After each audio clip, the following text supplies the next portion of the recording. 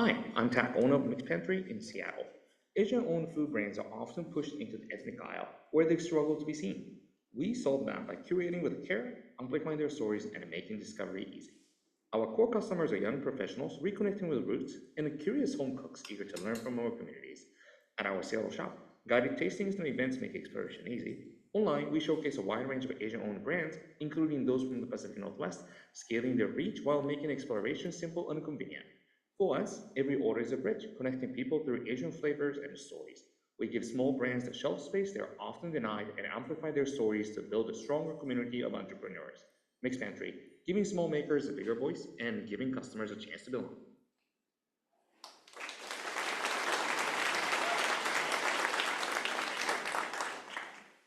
Hello, everyone. I am 5'10"-ish, and I'm from Japan, East Asian man in 40s. I'm wearing a gray hat and a white shirt and a gray pants and orange shoes today. And I'm also wearing a bravery bracelet that my girls made for me today for the stage fright. All right. Hi, I'm Tak from Mixed Pantry. We are an Asian specialty food store in Seattle.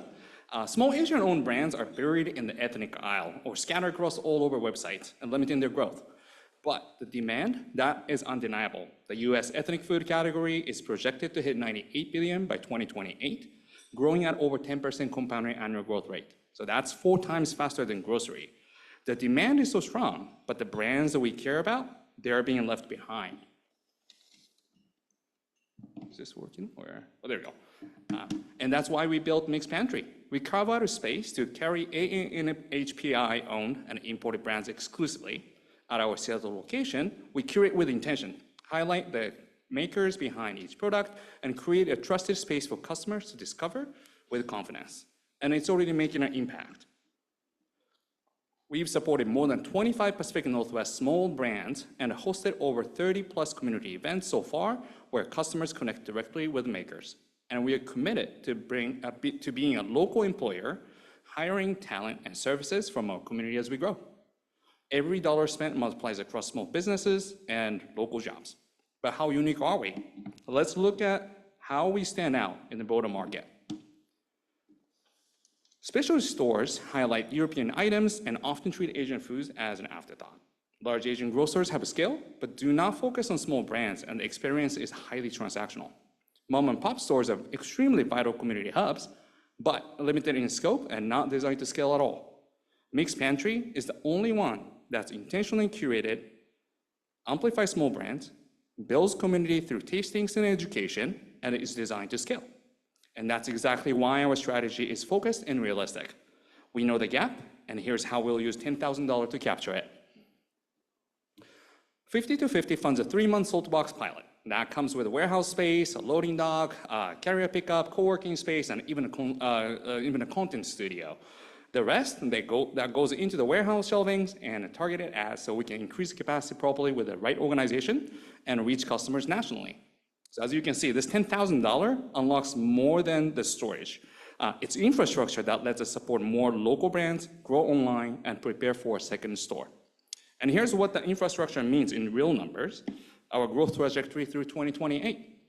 In 2024, this was the first full year, revenue from product sales were about $225K. And this year, we proved digital traction with the website and ads and on track to make $315K from product sales. Next year, Soulbox gives us a capacity to scale.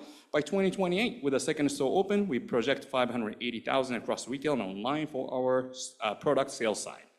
The $10,000 doesn't spike sales overnight, but it makes sustainable growth possible as we build resilient business with our community. And growth like this doesn't happen on spreadsheets alone. It takes the right people with the right skills. So let me introduce you to the team that's making it happen. The skills that matter most here are food retail management, digital marketing, and design.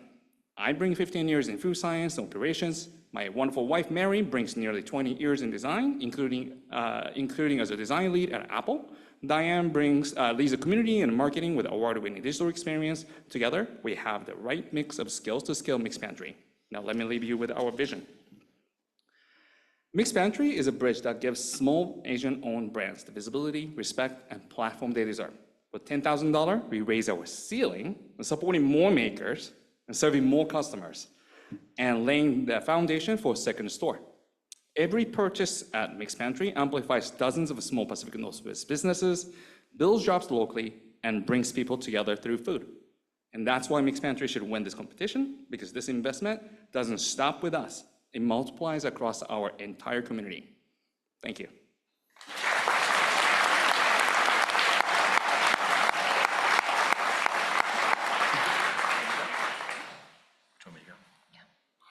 Hello, how are you? Hi. Question for you, obviously. The different price point between a mom and pop shop and let's say the big box Asian grocery store, where do you align in that? Are you in the in between? That's a good question. So mom and pop store has a very strong expertise, right? Oftentimes focusing on a very specific Asian culture. Now, larger Asian box store tends to be Pan-Asian. We are Pan-Asian store. I have a master in the food science and technology from Oregon State. I know about food pretty well. Okay. I also have an MBA from Portland State University, focusing on the food marketing and logistics side. And I'm trying to create somewhere that's somewhere in between, but with more knowledge and education. Wherever you go, say like Wajmaya or H Mart and all these wonderful places, I rely on those places, but I just buy stuff there. Right. But I want to know all these different cultural artifacts and cultural food, and I will be able to provide some of those items at the Pan-Asian level. That's great, thank you. Yeah. So I see that Mixed Pantry serves as both a retailer and a cultural bridge. How do you decide which products or creators to feature, and what values guide that decision and curation? That's a really good question. So our scope is entirely Asian and Asian American, so that's definitely the very minimum for sure. But within our community, there are so many underrepresented population as well. So I think Kia and I were talking about this the other day too. There's so many. Like I'm a very lucky person in a way because I'm a Japanese immigrant here. When I came to the States in 2000, there was nothing here for Japanese people too. Now there are so many others. So I feel like I don't necessarily need to highlight some of those stuff. I would like to specifically pick the items that are less represented in the big box stores for sure. Of course, I do prioritize the local ones as well, but I try to focus on entire Asia. So for example, I put extra emphasis and effort into finding products from South Asian and Southeast Asian diaspora, because oftentimes API grouping kind of leaves some of those out and tend to focus on Central and the Eastern Asian side. And I'm included, but I should, as a person who is included, I should be standing up and saying, hey, we need to be really including everybody within the Asian diaspora. So that's what we're trying to do. Thank you.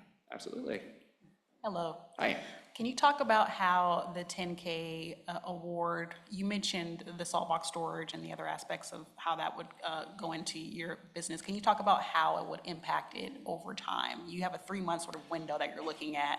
How do you plan to leverage that 3 months to go into, your overall? Yeah, so that 50 to 50, that is only going to cover for 3 months. And after that, we're going to have to, be sustainable and operating and all that stuff. In terms of what this really impacts, so our store is 1,200 square footage in the Belltown, and First and the Bell, please come. I'm hiring too. That space is absolutely wonderful, but it has its limitation, right? Sure. And if you're also trying to double down on the online side and everything, we just really need a space. Sure. And we could definitely go towards the 3PL, third-party logistics side of a factory and that kind of a warehouse solution. But I really wanted to go for the salt box side of a solution so that we can continue to keep more engaged and more connection with our online customers.